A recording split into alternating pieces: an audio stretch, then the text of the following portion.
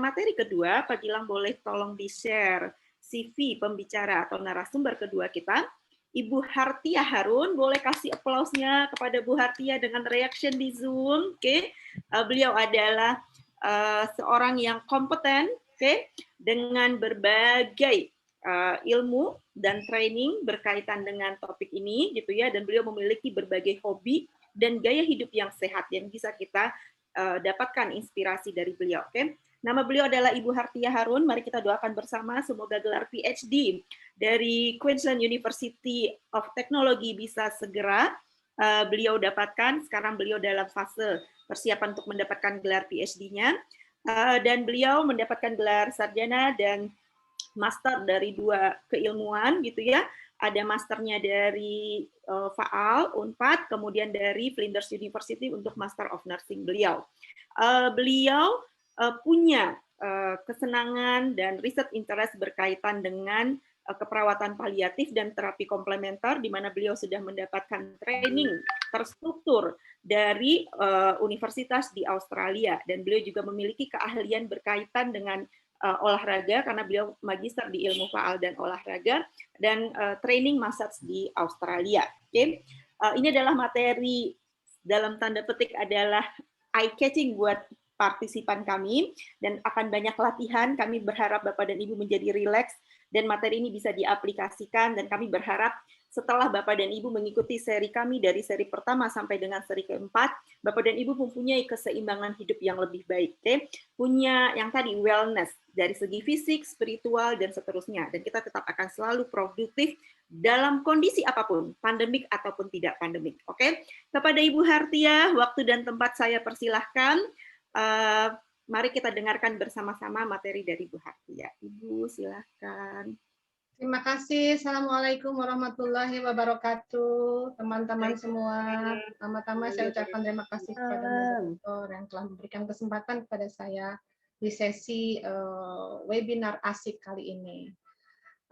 Sebelumnya mungkin saya akan menyapa, ini banyak sekali kawan-kawan saya dari mana-mana ini ya. Ada kawan saya waktu S1, Ibu Sinta, ada kawan-kawan saya waktu di WHO, Ibu Mila, Pak Gede, Bu Ana, kemudian Bu Kania dan Vina ya. Kemudian ada kawan-kawan saya mungkin di waktu di Upper Otten, ada kawan-kawan saya dari Fakultas Kedokteran, Dr. Insi, dan lain-lain. Saya tidak bisa menyebutkan satu-satu, dan yang terutama adalah juga mungkin kawan-kawan saya mendukung semua dari Fakultas Ilmu Keperawatan. Sebenarnya tadi yang sudah disampaikan baik oleh pembawa acara, moderator, dan juga Ibu Neti, bahwa sebenarnya seri kita bilangnya seperti webinar atau apa itulah, itu sebenarnya ini tidak terlalu serius, kita berusaha melakukan bersama-sama, baik massage, aktivitas-aktivitas laser yang tadi supaya live-nya itu kehidupan kita, selain kehidupan pekerjaan kita itu kita bisa enhance ya, bisa improve lebih tinggi lagi dengan dilakukan bersama-sama keluarga di rumah gitu kan, menyenangkan, ada hasilnya baik untuk kesehatan fisik, kesehatan mental, spiritual, dan lain-lainnya, yang pada akhirnya nanti ada keseimbangan antara work and life itu menjadi sesuatu yang balance, dan kita bisa mencapai walaupun dalam kondisi sulit, kita bisa mencapai satu titik yang tinggi ya, mencapai suatu titik yang tadi kita harapkan bersama-sama. Nah, kawan-kawan semua para peserta webinar kali ini sebenarnya sesi ini saya nggak berbeda dengan Ibu Neti, karena nanti saya akan lama, mohon bersabar dengan saya karena intinya kita akan berlatih. Ada 3 hal, ada 3 yang ingin saya coba sharing di sini, dan saya mengharapkan kita kumpul sama-sama. Alhamdulillah ada 232 orang sama-sama berkumpul di sini, walaupun kita tidak secara fisik tidak berdekatan, tetapi kita terasa dekat. Kemudian kita akan melakukan sama-sama nanti istilahnya kita bisa katakan stretching, tapi ada juga orang atau referensi yang mengatakan sebagai apa namanya pasif massage gitu ya. Jadi nggak harus aktif, massage dilakukan oleh orang lain ataupun oleh diri sendiri, tapi melalui stretching gitu ya. Kemudian juga kita akan melakukan bersama-sama apa namanya self massage pada diri sendiri yang bisa dilakukan sederhana, tetapi itu bisa bermanfaat untuk menurunkan tension di daerah-daerah yang biasanya pada saat kita kerja itu banyak sekali apa namanya mengalami kekakuan atau kelelahan. Nah, itu kemudian nanti saya akan juga mengajak teman-teman semua untuk bagaimana kita memberikan massage kepada orang lain, keluarga kita sendiri di rumah ya, orang lain dalam kondisi sekarang ya pasti siapapun yang ada di rumah, artinya ada di rumah yang nggak kemana-mana, karena kalau kemana-mana kan berarti ini ya apa ada potensi untuk penularan dan lain-lain. Oleh sebab itu, kemudian nanti akan diakhiri dengan kita sama-sama akan duduk relaksasi bersama-sama ya untuk dan teman-teman semuanya ini bisa lakukan apa namanya semuanya bisa dilakukan di rumah. Nah, sebelum saya minta teman-teman tadi mungkin juga pembawa acara sudah mengatakan bahwa ada beberapa door prize ya yang dilakukan. Nah, salah satu door prize-nya itu adalah nanti siapa yang paling terpilih, yang paling nanti serius dan heboh ya istilahnya melakukan ini apa namanya gerakan-gerakan yang akan kita lakukan bersama-sama ya. Jadi tolong nanti pada saat ketika kita latihan baik stretching maupun self massage kalau bisa dibuka ininya apa namanya videonya supaya saya bisa kelihatan, kita bisa koreksi sama-sama kesulitan kesalahannya atau kekurangannya ya teman-teman semua. Jadi tolong yang kalau bisa dibuka ya, dan nanti tolong siapkan teman-teman ini dalam posisi rileks, duduk rileks mulai dari sekarang. Kemudian nanti untuk yang memberikan massage kepada orang lain dari sekarang teman-teman sudah mengidentifikasi siapa yang mau dijadikan apa namanya modelnya gitu ya. Walaupun nanti ini sepertinya nanti videonya cepat atau bagaimana jangan khawatir, nanti teman-teman bisa berlatih ulang sendiri di rumah, berulang-ulang dengan apa melihat di YouTube-nya. Videonya nanti kita akan share. Oke, kita lanjut dulu ya dengan materi sedikit dari saya sebagai pengantar dari massage ya. Alhamdulillah saya memang belajar tentang massage selain saya juga memiliki master degree di sport and physiology. Ya, kita massage jadi untuk menurunkan, jadi saya fokus kepada untuk menurunkan kekuatan leher, pundak, dan bahu. Tapi massage, stretching, self massage itu sebenarnya bisa dilakukan pada seluruh tubuh kita, bagian-bagian tubuh kita. Akan tetapi pada webinar ini, karena kita tadi konsentrasinya antara work life balance, biasanya work-nya itu kita analogikan, walaupun sebenarnya mungkin teman-teman nanti akan men-challenge saya dengan, kan pekerjaan nggak hanya itu Bu, ada pekerjaan yang misalnya di rumah yang ibu-ibu tidak ngantor tapi dia kerja di rumah, masak dan lain-lain. Ya, itu. Tapi coba kita lihat dulu sisi itu, tapi nanti juga akan terlihat bagaimana sih sebenarnya bagian-bagian tubuh mana juga yang kira-kira itu nanti mungkin kalau teman-teman ini kita buat satu training khusus untuk apa kalangan terbatas, jadi body massage, karena ini terkait juga dengan kalau body massage agak sulit saya mau mempraktekannya, di samping lama juga aspek privasinya juga sulit untuk dikendalikan ya. Lanjut dengan ya. Jadi nyeri otot leher, bahu dan punggung itu sebenarnya teman-teman pasti saya yakin ya mungkin 1, 2 atau 3 atau sering pernah merasakan itu ya sebagai akibat dari berbagai hal di dalam kehidupan sehari-hari kita. Contohnya misalnya kadang-kadang kita menggunakan tubuh ketika kita membungkuk, mengambil sesuatu di bawah, mengambil sesuatu di atas, ya, bekerja itu tidak pada posisi memperlakukan atau memposisikan tubuh kita sesuai dengan body mekaniknya atau sesuai dengan supaya tidak ada tekanan-tekanan atau apa namanya tekanan atau tahanan yang berat pada satu bidang atau pada satu titik tertentu dari otot ya. Akibat ada gravitasi yang menarik otot tersebut ya. Lalu stres psikologis juga bisa ya. Saya tuh korbannya sering ya. Jadi kadang-kadang kalau lagi stres sih saya 2 minggu yang lalu, 3 minggu yang lalu itu migrain. Ya, itu nggak hilang-hilang. Dan ternyata setelah saya telisik-telisik itu hanya karena saya stres nunggu ini report dari examiner saya gitu ya. Akhirnya setelah tahu bahwa examinernya nanti akan datang bulan Juli, saya juga ini tahu, jadi ini hilang sendiri gitu kan, dengan ini ya, dengan stresnya itu hilang, ini juga hilang. Kemudian yang paling penting menyebabkan kita sering merasa pegal-pegal lah istilahnya, nyeri otot leher dan bahu, pinggang atau seluruh tubuh, itu biasanya kurang gerak atau kurang aktivitas fisik. Ya, selanjutnya Bu Citra, siapa yang pegang PowerPoint? Nah, ini teman-teman coba sekarang refleksi diri ya. Mana teman-teman yang paling sering dilakukan, paling sering nih? Mungkin ya, di sini ada Pak Gede. Pak Gede mana coba? Pak Gede? Pak Gede dibuka mikrofonnya. Mana ini yang sering Pak Gede? Posisinya yang mana nih dari dua ini? Yang satu, Bu. Yang satu yang dicontreng? Ya, enggak yang disilang. Merah atau hijau? Yang merah. Oh iya, tapi kadang-kadang suka sadar, oh iya saya terlalu membungkuk, akhirnya begini lagi. Suka begitu nggak Pak Gede? Iya, kadang-kadang kalau udah lama. Oke, ya. Nanti kita lihat suka nyerinya daerah mana? Nyerinya. Kalau posisi seperti ini, pegelnya. Pak Gede mana? Pak Gede coba. Enggak, biasanya, Bu. Ya, di punggung ya, bisa di daerah pundak dan juga punggung karena ketarik begini terus-terusan. Nah, yang berikutnya next. Ya, ini juga sama. Ayo, siapa? Mbak Farah. Mbak Farah mana? Ini Mbak Farah Huwaida. Nah, ini bagaimana? Sering nggak melakukan tanpa sadar kita seperti ini? Asik aja dengan handphone kita gitu, tanpa sadar kita tuh sudah begini. Tapi kalau kemudian sadar lagi kita begini lagi. Jadi tulang belakang ini kadang-kadang yang seharusnya alignment-nya itu lurus ya, bukan lurus banget ya, tapi kayak sesuai kalau kita lihat tulang belakang itu begini.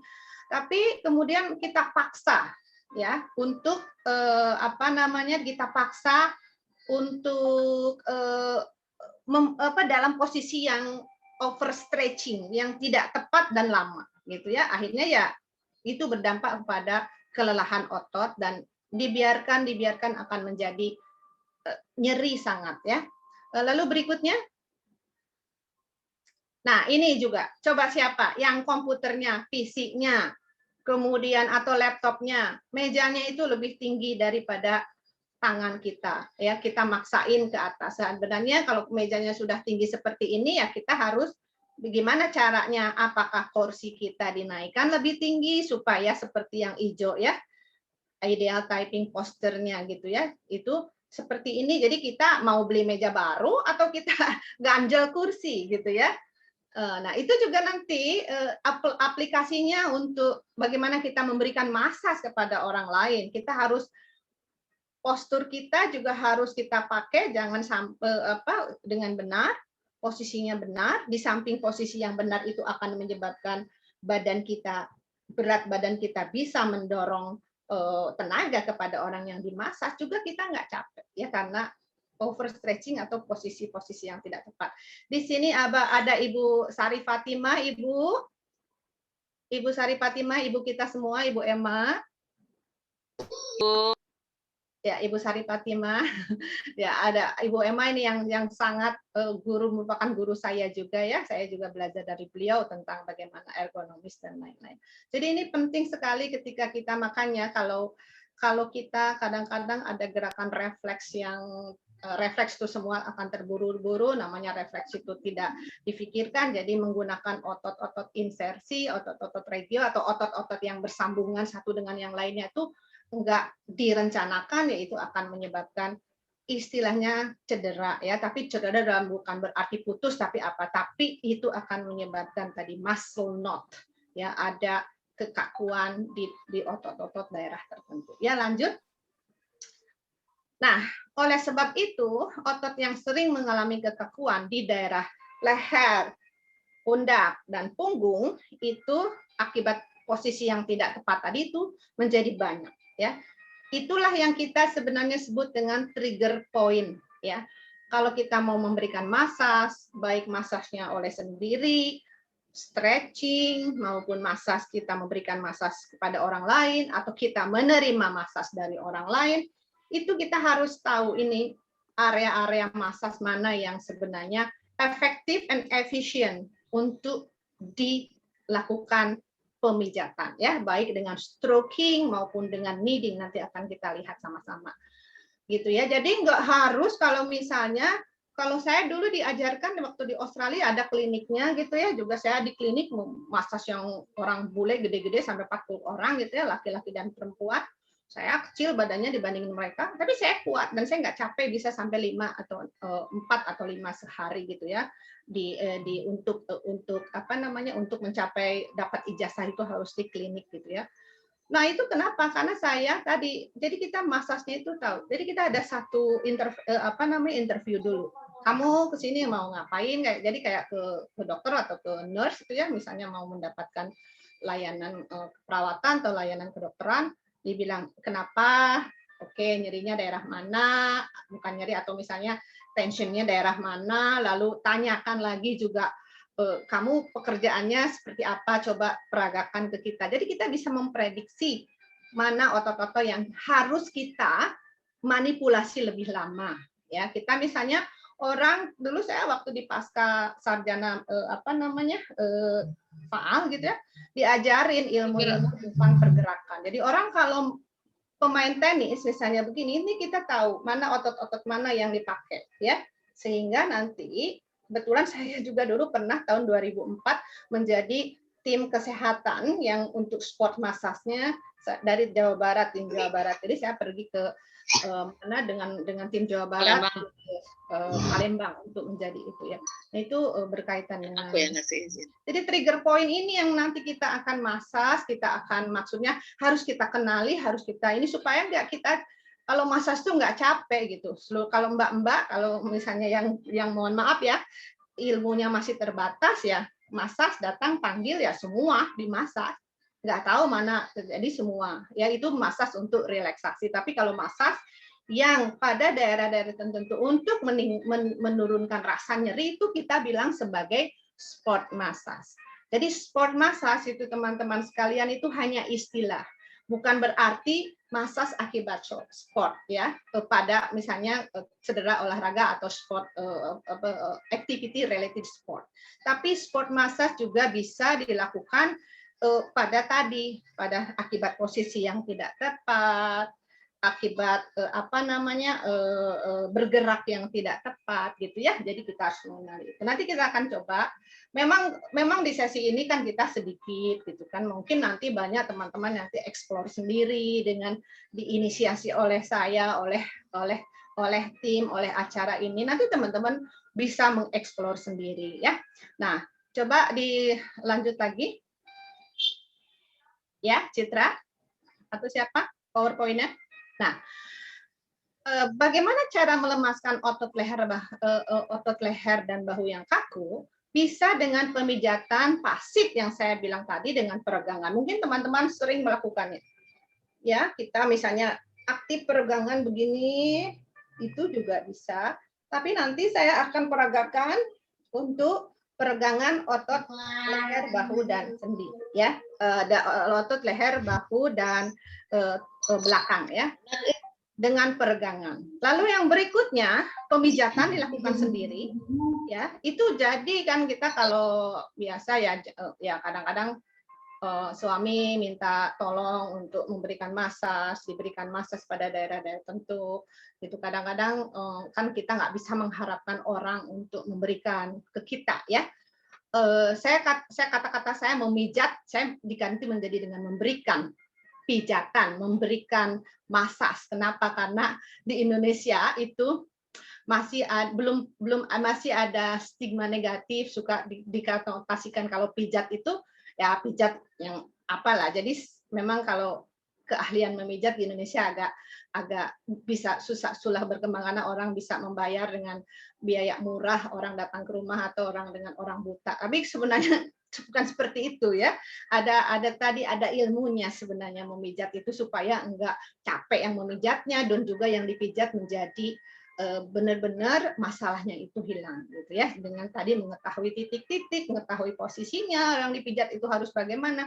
Kalau mbak-mbak atau yang memang ilmunya belum belajar ya belum terlalu tahu ya, kita bisa juga mendidik mereka. Kalau ada orang yang mau belajar ke kita, saya suka kasih tahu, ini loh mbak, saya giniin, saya giniin. Lalu berikutnya adalah orang lain memberikan pijatan kepada kita, dan yang paling penting teman-teman, sebenarnya obat pegel-pegel itu adalah bergerak secara teratur, ya. Karena pernah nggak teman-teman semua merasakan kalau kita sudah lama duduk dalam satu, bukan duduk, ada dalam satu posisi, misalnya saya tuh bulan lalu nyetir sendiri ya ke Yogyakarta, benar-benar bawa mobil sendiri gitu, sendiri 8 jam dari Serpong sampai ke Jogja, ya itu ya istirahat sih, tapi ya tetap capek posisi nyetir seperti ini. Nanti itu sebenarnya udah selesainya malamnya atau sorenya tuh kayak pegel-pegel semua badan. Tapi kemudian kalau saya gerak gitu ya, gerak aktif ya, stretching, kemudian saya misalnya melakukan apa pekerjaan di rumah gitu ya, itu sebenarnya kemudian menjadi hilang. Kenapa seperti itu? Karena pada prinsipnya, lanjut Mbak Citra, PowerPoint-nya. Sebenarnya masas itu adalah stimulasi mekanis terhadap jaringan otot, fascia, dan tendon dengan memberikan tekanan dan peregangan secara berulang. Jadi anyhow, mau dengan peregangan sendiri, ototnya kita regangkan dengan berbagai posisi supaya ketarik ototnya yang ada knotnya itu, atau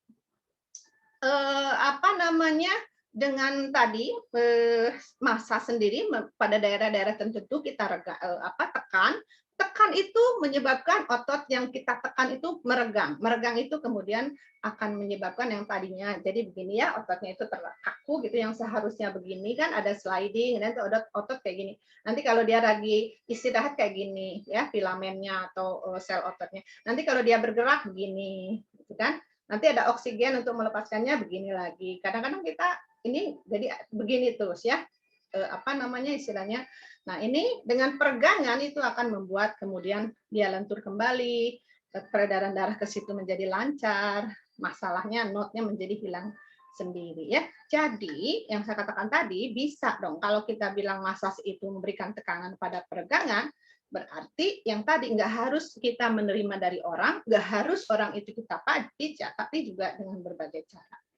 Manfaatnya teman-teman pasti sudah tahu semua ya, meningkatkan kelenturan dan koordinasi, meningkatkan aliran balik ke jantung, sirkulasi lah pada intinya ya, baik ke jantung maupun ke perifer, ke seluruh tubuh ya, ke otot, ke kulit, kemana-mana gitu ya, dengan massage itu, dengan stretching, dengan massage sendiri, dengan massage diberikan orang lain, dengan olahraga yang aktif nanti ya, seri ketiga jangan lupa teman-teman ya, ikut juga lebih banyak, ajak semua, nanti kita kalau perlu bisa sampai berapa ratus untuk ikut bersama-sama dengan Ibu Mila ya. Ibu Mila ini saya datangkan khusus dari seorang pelatih yoga, bisa katakan internasional juga loh, karena Bu Mila ini nanti, Bu Mila mana Bu Mila?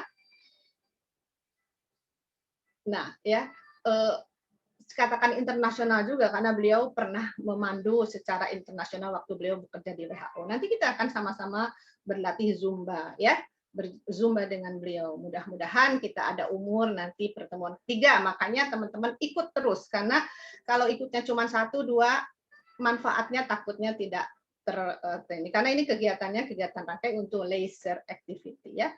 Lalu yang berikutnya memfasilitasi penyembuhan gangguan pergerakan dan nyeri sendi. Tapi nanti kita juga ada ininya, ada warningnya, massage, terutama massage aktif pada daerah-daerah tertentu diberikan, harus berhati-hati pada seperti apa di slide berikutnya. Yang berikutnya adalah memperbaiki postur tubuh. Jadi kalau teman-teman mungkin tahu, itu ada satu profesi yang disebut dengan chiropractor ya, tapi saya suka bilangnya salah, chiropractor itu sama, dia bergelar sarjana, dia seorang profesional yang tugasnya tadi memperbaiki tulang belakang, postur yang tidak bagus itu kan juga skoliosis ya, lordosis atau apa ya, itu bisa dikoreksi melalui fisioterapi dan juga tadi chiropractor. Tapi ya kita itu karena itu melibatkan tulang belakang, kita nggak boleh sembarangan orang. Itu harus yang tahu ilmunya, punya STR-nya dan lain-lain ya. Itu kalau nggak salah di Indonesia sudah mulai ada, tapi kemudian juga dikritisi ya oleh teman-teman di kedokteran fisioterapi dan teman-teman mungkin di ahli rehab medik dan lain, karena itu juga memang harus dikendalikan karena ngeri gitu ya, memanipulasi tulang belakang itu efeknya bisa kalau nggak benar bisa mati mendadak pasien dengan kita gitu ya, karena tulang belakang itu semua ada pusat pernapasan, pusat kehidupan dan lain-lain. Itu semua syarat-syaratnya di sini, tulang belakang ke bawah ya. Nah, lanjut Bu Citra. Nah, massage ini jangan dilakukan seperti saya bilang tadi pada varises yang berat, luka terbuka, infeksi kulit, fraktur, tromboflebitis atau baru saja dioperasi ya. Terutama massage yang memang artinya dengan deep massage yang akhirnya bisa menyebabkan misalnya luka itu menjadi berdarah kembali atau apa namanya ada infeksi kulit jadi mas. Tapi kalau misalnya dia luka frakturnya di kaki tapi kemudian kita memberikan massage daerah atas kemudian hanya untuk light massage untuk memberikan rasa nyaman, meningkatkan sirkulasi darah itu sih nggak masalah. But you have to be careful gitu ya, hati-hati pada daerah. Dan teman-teman banyak sekali saya tuh kadang-kadang ya waktu di Australia atau di mana-mana, kadang ada teman yang tahu saya bisa memberikan massage gitu ya. Saya nanti kalau ada WA, Bu bisa enggak nih kaki saya terkilir, tadi terkilir di ini. Saya bilang foto, kapan terkilirnya di foto masih bengkak ya. Saya bilang ini nggak boleh dimasas ya. Saya bilang nanti masasnya kalau sudah apa namanya lukanya itu udah mulai sembuh, bengkaknya udah mulai hilang, ya udah mulai hitam kebiru-biruan ininya apa namanya lukanya. Nah sekarang itu harus ditinggikan kalau baru ya, kemudian nanti ini kalau udah berapa jam saya kasih tahu begitu ya, saya ajarkan ya. Tapi ya banyak sekali yang kemudian jadi salah persepsi begitu dia trauma massage kemudian terkilir kemudian di ini, tapi itu akan menambah bengkak ya. Nanti teman-teman bisa challenge atau bisa kasih masukan di sesi pertanyaan ke tanya jawab ya.